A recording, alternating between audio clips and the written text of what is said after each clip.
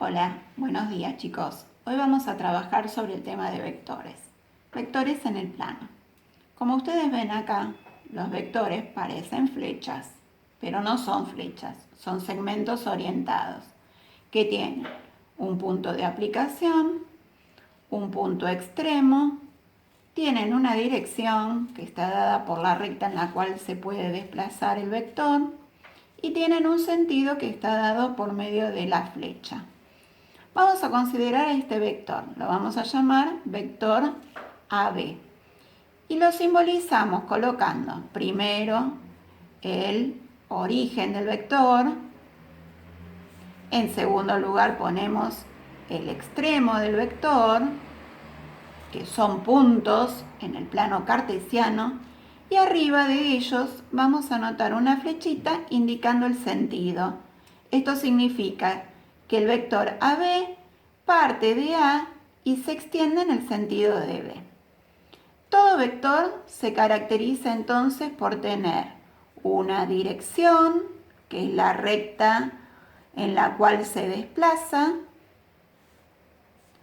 el sentido, que está dado por medio de las flechas, y el módulo, que es la longitud o distancia que hay desde el origen hasta el extremo. El módulo, al igual que en álgebra, se simboliza. Estos vectores que vemos dibujados acá tienen la característica de tener todos la misma dirección, porque se encuentran en la misma recta o en rectas paralelas. Todos tienen el mismo módulo, fíjense las medidas que tienen cada uno, y tienen los mismos sentidos.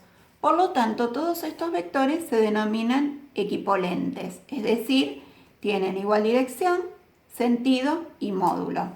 Vamos a llamar a este vector vector CD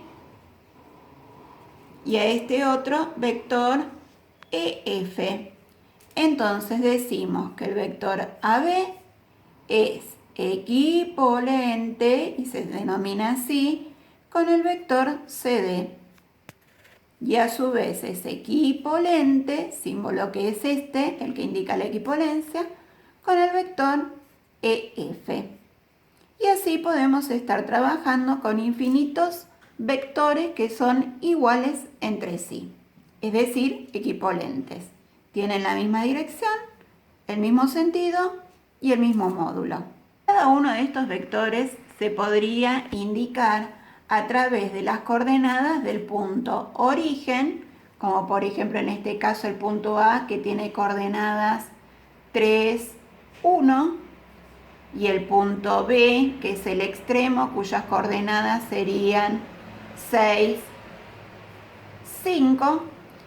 Pero si nosotros tomamos a todos estos vectores, se nos haría medio dificultoso trabajar con todas estas coordenadas a la vez.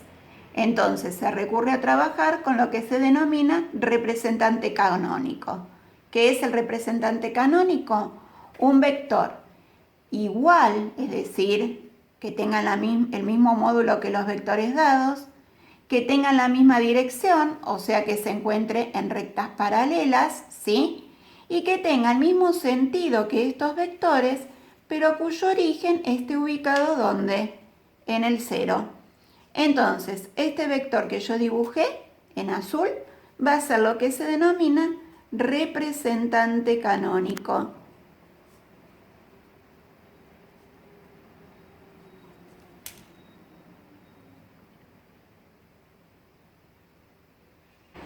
Para hallar las coordenadas de este representante canónico, que lo vamos a llamar vector B, lo que hacemos es calcular las coordenadas del punto extremo. ¿Por qué? Porque el punto origen siempre está en el 0, 0.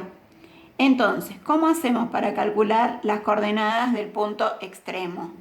Vamos a restar a la coordenada de B la coordenada de A, o sea, 6 menos 3. Hacemos lo mismo con la segunda coordenada. A 5 le resto 1. Y así nos queda entonces este representante canónico, cuyo extremo va a estar en las coordenadas 6 menos 3 nos da 3, 5 menos 1 nos da 4. Y entonces, mirando acá en el gráfico, podemos observar que el extremo queda en 3 de x y en el 4 de y. Entonces, ¿cómo hallamos las coordenadas de este extremo del vector llamado representante canónico? Voy a restar la componente del punto B correspondiente a x menos la componente de x del punto A, es decir, extremo menos origen. Y lo mismo hago con las componentes de y. A y del punto B le resto la y del punto A, componente de y del extremo menos la componente de y del origen. Conclusión, el representante canónico va a ser extremo menos origen igual a las componentes del vector B. Si a este vector yo le conservo la dirección, le conservo el módulo, pero le cambio el sentido, este nuevo vector va a ser opuesto a este otro. Y con estos conceptos, de acá en más, vamos a empezar a trabajar con las operaciones con vectores. ¿Por qué? Porque la idea es llegar a la ecuación vectorial de una recta. Vamos a tener que hacer sumas, restas y multiplicaciones entre vectores y números reales. Nos vemos en la próxima clase.